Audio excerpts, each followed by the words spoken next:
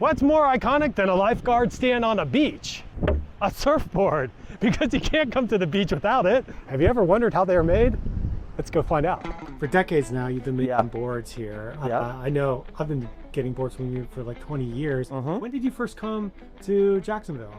My dad was in the Navy, so we moved here. We got transferred here when I was like 3, I think. It was the early 60s. Jax Beach local, and yeah, I still don't own that. Like I own it, but I don't own it. You know, it's like, you know, because my wife was born here. Like she was born at Baptist, and I'm like, well, that's local. Well, I know a lot of people own your boards. You make these boards by hand. Yes. And you make them for our conditions. Yes. We ended up at 40 boards a week, and that was in 1979. Right in that time frame, and now I'm at 5 a week.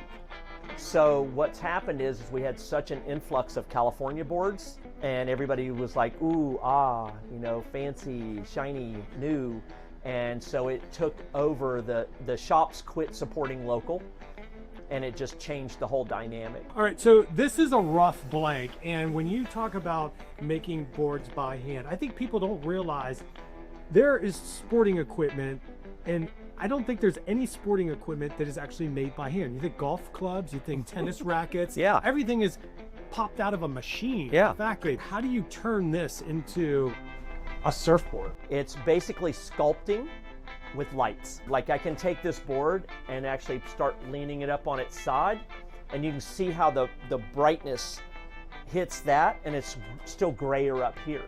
So it's like it starts changing colors. And that's what I'm working with. So when I'm shaping it, I'm making sure that the shadow here looks like the shadow here. I'm still working on this one, so you can see how the different cuts, you can see that they're different colors. They're a little lighter, and then it starts getting darker gray. And so that's what I'm looking at as far as like when I'm trying to make it even on both sides. But yeah, we can actually we can throw this blank up on here and make some noise. And I promise not to disturb you, because that thing looks like it could cut through this film very quickly. Very quickly.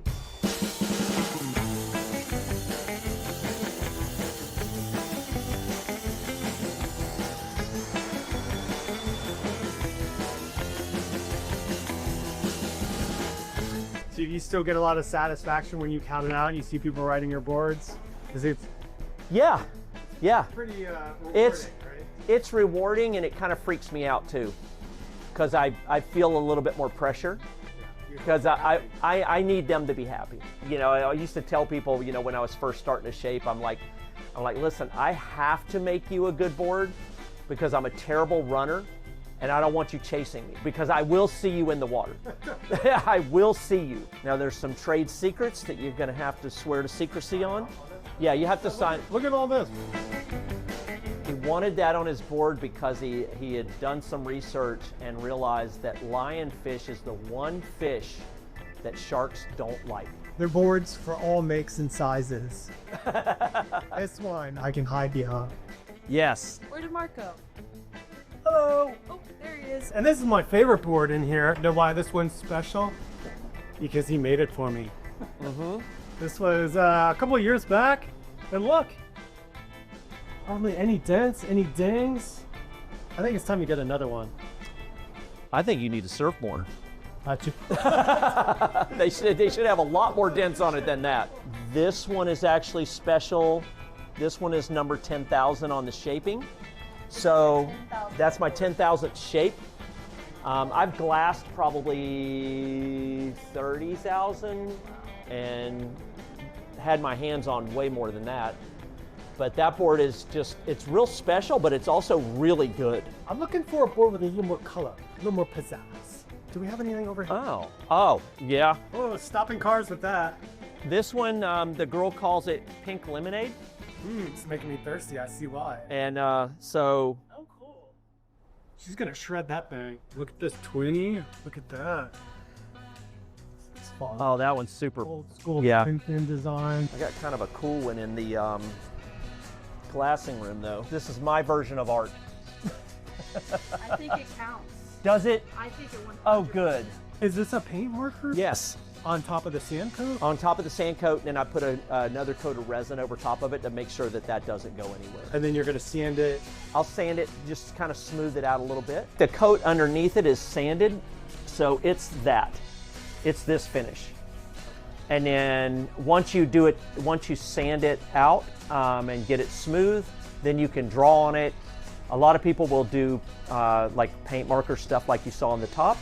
They'll do paint markers, spray paint. I mean, you can do all kinds of crazy stuff with the paint on the glass. And you've done contract work for companies. I've seen like brands actually use. Oh yeah, actually I have a board that hasn't been picked up yet. So that is an actual laminate, and their artist put the picture together. But the company that I use out in California, they print it on fiberglass, and then we glass it onto the board. And so you can have anything you want. There's very few sports where you can disconnect. You have a Yes. horizon to stare at, and it's just sometimes just you all by yourself. If you go to a break that's not crowded, it's the best way to reduce stress and stay healthy. So Yeah. for me, there's things that are not more. This is one of the most pure sports where you can just disconnect. Once I paddle out and I'm sitting there and I'm waiting on a wave, it's like I'm just getting the cobwebs out, and then I can go back to work and be good. Thank you for sharing your story here. My at your pleasure. Facility. Amazing. Yeah. All that you've done. So you've got 11,000 smiling faces out there after board number 11,000. Yeah, I think probably 1,000 of those are mine, so it's okay. And I think 200 of them are yours, so it's like, I don't know. We're between the both of us, we'll keep me in business. We got our board ready to go. See you in the water.